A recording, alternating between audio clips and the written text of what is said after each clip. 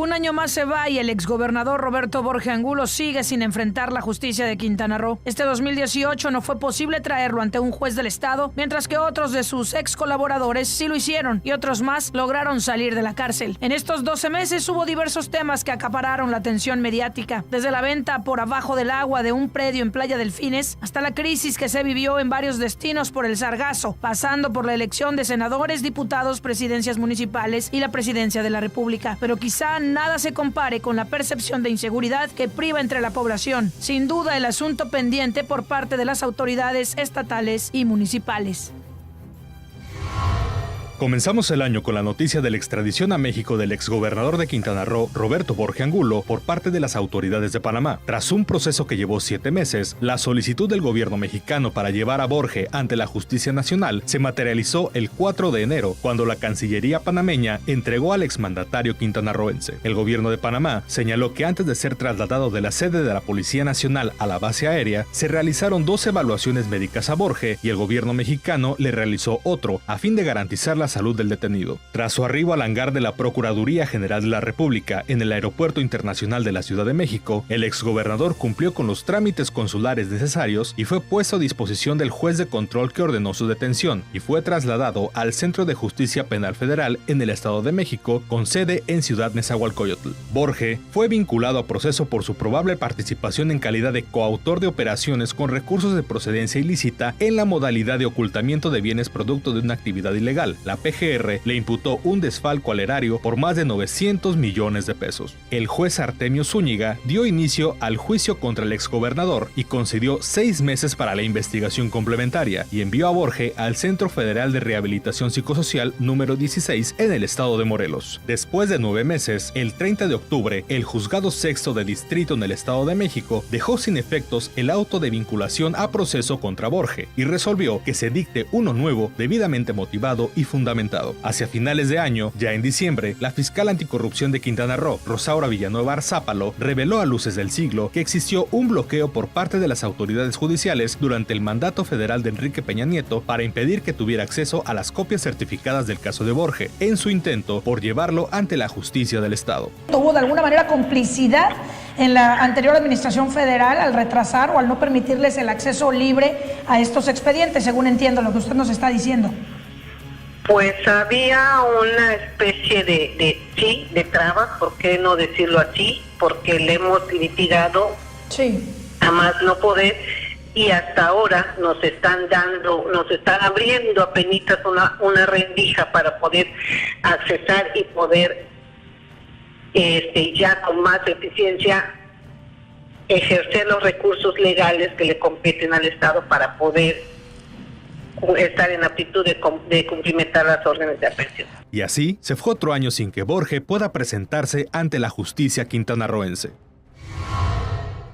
El 2018 también dejó huella en colaboradores del exgobernador Roberto Borge Angulo. Por ejemplo, Gabriel Mendicuti Loría, quien fuera secretario de gobierno estatal, fue detenido el 19 de enero por elementos de la Policía Ministerial a cargo de la Fiscalía General de Quintana Roo, acusado del delito de desempeño irregular de la función pública por el presunto desvío de 534 millones del patrimonio del Estado. 7 días después, el exfuncionario borgista fue vinculado a procesos tras una larga audiencia celebrada en el Centro de Reinserción Social de Chetumal. Sin embargo, el 10 de febrero fue trasladado a un hospital privado por recomendación médica ante una supuesta amenaza de infarto. Tras poco más de 2 meses y medio hospitalizado por presuntos problemas cardíacos, Mendicuti Loría se fue a su casa en el municipio de Solidaridad gracias a que el juez de control modificó la medida cautelar dictada en su contra. Al efectuarse la audiencia, la defensa del exfuncionario argumentó ataques de claustrofobia, por lo que el juez de control determinó modificar dicha medida cautelar y dejarlo bajo arresto domiciliario y no ser trasladado a una clínica de la ciudad de Mérida para su atención médica. La táctica dilatoria por parte de la defensa de Mendicuti Loría le ha dado resultado. Primero, el 20 de septiembre fue requerido ante el juzgado penal y lograron que se aplazara la comparecencia hasta el 6 de noviembre. Llegada esa fecha, un juez de control concedió tiempo hasta 3 meses para que los defensores del exfuncionario prepararan los datos de prueba que serían analizados en la audiencia de la fase intermedia intermedia. Otro caso emblemático de exborgistas ocurrido este año fue el de Mauricio Góngora Escalante, a quien detuvieron el 25 de enero en la Ciudad de México, acusado por los delitos de desempeño irregular de la función pública y peculado, cuando fungió como tesorero estatal en el sexenio pasado. Meses después, el 23 de mayo, Góngora Escalante consiguió un amparo por parte del Juzgado Sexto de Distrito contra la vinculación a proceso que un juez de control le dictó y que lo mantuvo preso en el Centro de Reinserción Social de Chetumal. A pesar de ello, se mantuvo en la cárcel porque la Fiscalía Anticorrupción del Estado interpuso un recurso de queja para la revisión de la sentencia. El 23 de noviembre ganó otro amparo, esta vez por parte del Tercer Tribunal Colegiado del 27º Circuito de Quintana Roo, en el proceso relacionado con el desvío de recurso a través de VIP-SAESA, por determinar que el delito ya había prescrito, pero se mantiene en prisión por estar vinculado a procesos en 2 denuncias de cuando fue alcalde de Solidaridad. Por otro lado, Mario Castro Basto, ex titular de la Secretaría de Infraestructura y Transporte, fue aprehendido el 19 de agosto en Mérida, Yucatán, acusado de peculado relacionado con actos de corrupción en la paraestatal VIP-SAESA. Al exfuncionario se le acusó de desviar más de 300 millones de pesos y malversar 400 millones, esto cuando fungió como integrante del Consejo de Administración y Adquisiciones de VIP-SAESA. Para desgracia de la Fiscalía Anticorrupción Estatal, el Juzgado Sexto de Distrito a nivel federal dictaminó que el delito por el que se le acusa ya había prescrito y ordenó su inmediata liberación el 12 de diciembre. Esta situación sentó un precedente que abrió la puerta para que otros implicados en el caso puedan salir libres de igual forma, como la propia fiscal anticorrupción Rosaura Villanueva Arzápalo reconoció en entrevista con Luces TV.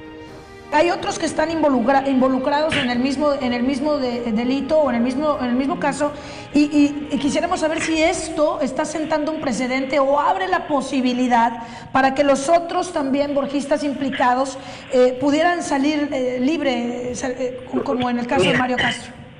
En esa carpeta en específico, no quiero engañar a la ciudadanía, es una posibilidad latente. Es una posibilidad que subsiste a través del criterio que emitieron y de manera contradictoria, las autoridades federales. Sin embargo, estamos viendo la temporalidad del ejercicio público en lo cual estuvieron participando los demás involucrados, porque es inadmisible que a pesar de las pruebas ofrecidas y valoradas por los jueces de control y los mismos jueces federales, existiendo autos de vinculación y órdenes de aprehensión combatida, el juez federal decida, como ya habíamos quedado, que esta es una conducta delictiva que ha prescrito. Por eso yo he hecho un enérgico llamado a las autoridades federales a efecto de que coadyuven en el combate a la corrupción que tantos daños le está haciendo a nuestra sociedad.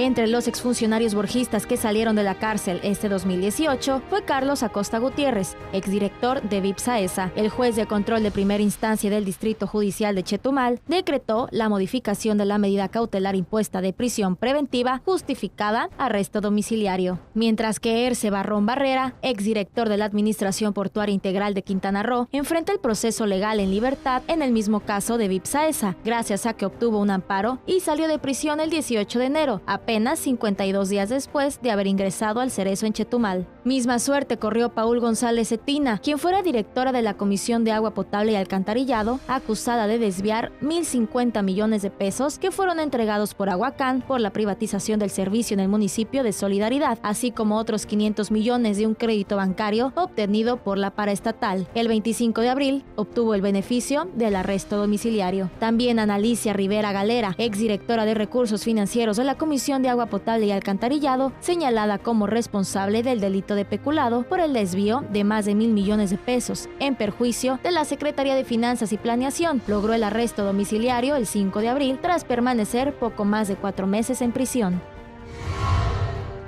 El exgobernador Mario Villanueva Madrid regresó a Quintana Roo luego de 17 años y medio de haber sido detenido en Cancún. El 6 de junio de este año, en un vuelo privado y fuertemente custodiado por elementos de la Policía Federal, Villanueva Madrid llegó al aeropuerto de Chetumal y después fue trasladado al Centro de Reinserción Social de esa ciudad para continuar con su condena por lavado de dinero. El cambio de prisión del Centro Federal de Rehabilitación Psicosocial de Morelos al Cerezo de Chetumal se debía a cuestiones de salud y, según su hijo Carlos Mario Villanueva, Villanueva por un asunto humanitario. Tras varios años de lucha por parte de su defensa, por fin los abogados lograron que el exgobernador volviera a su tierra y ahora lucha para que pueda pagar el resto de su condena en casa. Un gran tema para Quintana Roo este 2018 fue la situación que se presentó en Playa del Carmen por una explosión dentro de un ferry cuando estaba atracado en el muelle de esa localidad. La tarde del 21 de febrero, la embarcación Caribe 1 sufrió una explosión cuando acababa de atracar en el muelle y los pasajeros se disponían a desembarcar, percance que lesionó a 26 personas, tanto turistas nacionales como extranjeros. De acuerdo con la empresa Barcos Caribe, ligada al exgobernador preso Roberto Borge Angulo, personal de la Secretaría de Marina les realizó una inspección en la que demostraron que los certificados y la documentación requerida para brindar el servicio de transporte marítimo de pasajeros estaba vigente y en regla. Sin embargo, la Secretaría de Comunicaciones y Transportes ordenó la suspensión de operaciones de las embarcaciones de Barcos Caribe. La dependencia federal informó que tras la revisión del expediente del ferry siniestrado, detectaron que estaban vencidos diversos certificados de seguridad, además de que no estaba vigente la póliza de seguro de viajero. Después, el 1 de marzo, buzos localizaron una bomba sin detonar debajo de otra embarcación de la misma compañía que se ubicaba a 500 metros de la costa de Cozumel. El gobierno de Quintana Roo dijo que el navío donde se encontró ese artefacto se usaba para transportar refacciones y tenía 10 meses sin operar, por lo que no representaba riesgo para los viajeros. A pesar de ello, el gobierno de Estados Unidos prohibió a sus ciudadanos utilizar cualquier embarcación de la ruta Cozumel-Playa del Carmen y viceversa, luego de los 2 incidentes con naves de la flota de Barcos Caribe. El entonces fiscal general del estado, Miguel Ángel Pech, dijo que una de las líneas de investigación sobre el hallazgo del artefacto explosivo era la de un autoatentado. La naviera salió rápidamente a desmentir esa versión y calificó como un acto muy bajo y sin fundamento por parte de la Fiscalía. En tanto, el gobierno de Canadá informó que sus líneas de crucero cancelaron excursiones en ferry en Playa del Carmen, por lo que recomendó a sus ciudadanos evitarlos hasta nuevo aviso. Después, la Fiscalía Estatal se declaró incompetente para este caso, pues por jurisdicción las investigaciones correspondientes debían estar a cargo de la Procuraduría General de la República. Además, se dio a conocer que también participaban elementos del Buró Federal de Investigación, FBI por sus siglas en inglés, de Estados Unidos. El 7 de marzo, el gobierno de Estados Unidos emitió una alerta de seguridad para Playa del Carmen y anunció el cierre de su consulado en la zona turística. La embajada de ese país en México lanzó una prohibición para los empleados gubernamentales para viajar a este destino quintanarroense y pidió tomar precauciones a los turistas que estuvieran en esa localidad. Una filtración periodística develó que la PGR encontró que la explosión en el navío Caribe 1 fue provocada de manera intencional con un artefacto de fabricación casera colocado en la cubierta intermedia y detonado a distancia. Información contenida en la carpeta de investigación refirió que se encontraron 5 cargas explosivas para causar daños a la embarcación. Además, un modus operandi idéntico se iba a utilizar en otro barco de la misma compañía en el que se había encontrado otro artefacto, nada más que en ese caso eran 8 cargas explosivas. La PGR concluyó que no se trató de un acto terrorista ni una acción por parte del crimen organizado. El 16 de marzo, las autoridades de Estados Unidos levantaron la alerta de viaje que habían impuesto para Playa del Carmen tras nuevos procedimientos de seguridad implementados por instancias municipales, estatales y federales. Inmediatamente, el personal del gobierno de Estados Unidos tiene permitido viajar a todas partes en Playa del Carmen, Quintana Roo, México, señaló el Departamento de Estado en un comunicado. En los comicios del 1 de julio, la población quintanarroense se manifestó con su voto a favor de Andrés Manuel López Obrador, a quien le entregaron el 66.7% de los sufragios para ser la tercera entidad del país con el mayor porcentaje de votos a favor del tabasqueño. El candidato presidencial por Morena no fue el único beneficiado en Quintana Roo. Sus compañeros de partido también se impusieron en la elección con 2 senadurías, con Maribel Villegas y José Luis Pech, y 5 diputaciones federales directas, con Jesús Polmó, Luis Alegre Salazar, Mildred Ávila Vera, Patricia Palma Olvera y Ana Patricia Peralta de la Peña. En cuanto a las alcaldías, Morena únicamente se quedó con 3: Benito Juárez con Mara Lezama Espinosa, Solidaridad con Laura Beristain Navarrete y Otón Pompeyo Blanco con Hernán Pastrana. La coalición PAN-PRD-MC ganó las presidencias municipales de José María Morelos con Sofía Alcocer, Felipe Carrillo Puerto con José Esquivel Vargas y Tulum con Víctor Masta. La alianza PRI-Verde-Panal obtuvo la victoria para las alcaldías de Puerto Morelos con Laura Fernández Piña, Bacalar con Alexander Cetina Aguiluz, Cozumel con Pedro Joaquín del Boa. El PT ganó la presidencia municipal de Lázaro Cárdenas con Ibardo Mena Villanueva y el PRI en solitario la de Isla Mujeres con Juan Carrillo Soberanis. En septiembre, Luces del Siglo dio a conocer una información que se mantenía en secreto y que nadie en el Fondo Nacional de Fomento al Turismo, Fonatur, quería que se supiera. Se trató de la venta del último predio costero del Patrimonio Federal en Playa Delfines de Cancún. El predio, identificado con la clave L56K, con una superficie de 158.49 metros cuadrados, fue vendido a un precio de 2,000 pesos por metro cuadrado, lo que daría una cifra que ronda los 20 millones de pesos en total. El mismo predio ya contaba con un antecedente de posible venta, pero el avalúo de aquel momento fue de 5,000 pesos por metro cuadrado, lo que dejaría la transacción definitiva en unos 50 millones de pesos, es decir, 150% más del costo en el que al final se vendió. Por donde se le vea, fue una ganga, casi un regalo. La venta del terreno se realizó bajo el esquema de servicios turísticos y recreativos contemplado dentro de la propia normatividad de Fonatur, y el responsable directo de la operación fue el entonces director de comercialización de dicho organismo, Juan Bechara Abdoférez. El comprador fue el empresario Salomón Cambaji Ambe, presidente de la empresa Pulso Inmobiliario SADCB, y además le dieron 5 años de plazo para pagar. Extrañamente, tiempo después de vender el predio de Playa Delfines, Abdoférez dejó la dirección de comercialización de Fonatur. La historia de la venta de estos predios costeros del patrimonio de Fonatur bajo el esquema de servicios turísticos y recreativos generalmente ha representado en la práctica el primer paso para la posterior edificación de monumentales hoteles o condominios cuyos desarrolladores logran modificar ilegalmente el uso de suelo con la complicidad de autoridades municipales. Sin duda, uno de los asuntos que más acaparó la atención en Quintana Roo este año que termina fue el arribo masivo y excesivo de sargazo a las playas de la entidad. Hasta finales de octubre, se habían retirado más de 220,000 metros cúbicos de la macroalga en playas quintanarroenses, algo nunca antes visto en el estado. Esta crisis llevó a las autoridades de los 3 niveles de gobierno a hacerle frente al sargazo, pero todo fue en modo de reacción a un problema que ya estaba encima. Como la problemática del arribo atípico del sargazo al Mar Caribe, que están afectando no solo a nuestras playas, sino a las de Miami en Estados Unidos, Punta Cana en República Dominicana y San Pedro en Belice, entre otras, en donde avanzamos en el diseño de un modelo de atención integral y la búsqueda de nuevas soluciones.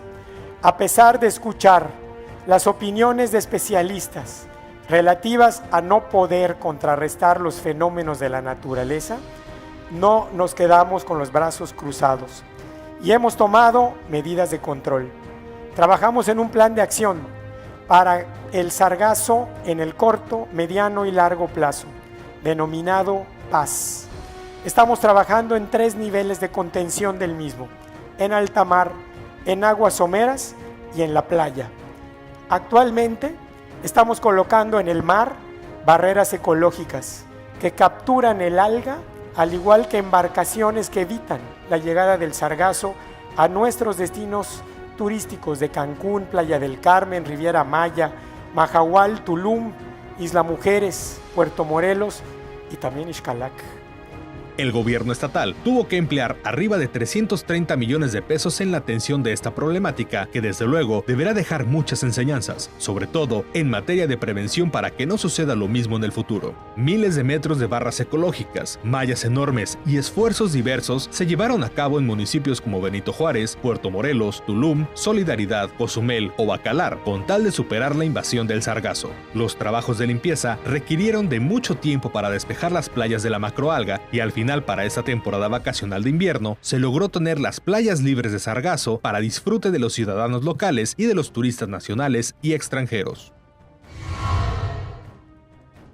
El enorme pendiente que dejan las autoridades estatales y municipales en este 2018 es, por supuesto, la inseguridad y violencia que padecen los habitantes. Hasta el cierre de octubre, en el reporte de delitos a nivel nacional, Quintana Roo registraba 27,875 casos de incidencia delictiva en 2018, de acuerdo con el Secretariado Ejecutivo del Sistema Nacional de Seguridad Pública. El reporte indica que de esos delitos, 3,366 fueron contra la vida y la integridad corporal de las personas agraviadas, y de ahí 761 fueron homicidios, y de ellos 625 fueron homicidios dolosos. También se registraron 16,642 delitos contra el patrimonio, 2,594 en lesiones, así como 4,026 delitos contra la familia. Como botón de muestra, en la última encuesta nacional de seguridad pública urbana, difundida en octubre por el Instituto Nacional de Estadística y Geografía, Cancún apareció en el 4º lugar a nivel nacional entre las ciudades donde la población se siente insegura. El 92.8% de los habitantes del municipio de Benito Juárez viven con este temor. Y si bien el gobierno de Estados Unidos no emitió ninguna prohibición de viaje para sus empleados de gobierno hacia Quintana Roo, en agosto sí publicó un comunicado para advertir a sus turistas que el estado había incrementado sus cifras de violencia e inseguridad. Según las estadísticas del gobierno de México, el estado experimentó un aumento en las tasas de homicidios en comparación con el mismo periodo en 2016. Si bien la mayoría de estos homicidios parecían ser objetivos, asesinatos de organizaciones criminales y batallas territoriales entre grupos criminales han resultado en crímenes violentos en áreas frecuentadas por ciudadanos estadounidenses. Se han producido incidentes que han herido o matado a transeúntes, indicó el Departamento de Estado. Sin embargo, agregó en su misiva, no hay restricciones para los empleados del gobierno de Estados Unidos para viajar dentro del estado de Quintana Roo, incluyendo áreas turísticas como Cancún, Cozumel, Playa del Carmen, Tulum y la Riviera Maya. Ante la constante ola de violencia en la entidad, el gobernador del estado realizó el cambio del titular de la Secretaría de Seguridad Pública Estatal, dejando la encomienda en manos de un ex jefe policíaco del estado de Morelos, que poco tiempo después fue cuestionado por su desempeño en aquella entidad, Alberto Capella Ibarra. Como señalé en mi pasado informe a los quintanarroenses, el problema de la inseguridad en el país y en nuestro estado es complejo. Durante esta etapa, coordinado con las otras autoridades de los gobiernos federal y municipal y con apoyo de las Fuerzas Armadas, hemos detenido y neutralizado a importantes delincuentes y a muchos objetivos prioritarios.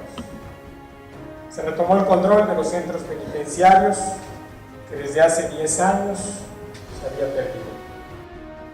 Aún con todos estos avances esenciales, hay todavía mucho por hacer y mucho por mejorar, principalmente en el municipio de Benito Juárez. Es imprescindible oír la voz de los ciudadanos que nos exigen vivir con seguridad y paz. Lo mismo que el cambio del mando del titular de Seguridad Pública en el municipio de Benito Juárez, Jesús Pérez Abarca, quien fuera echado a empujones de las oficinas de la dependencia por elementos de la corporación que días después fueron detenidos por el delito de motín.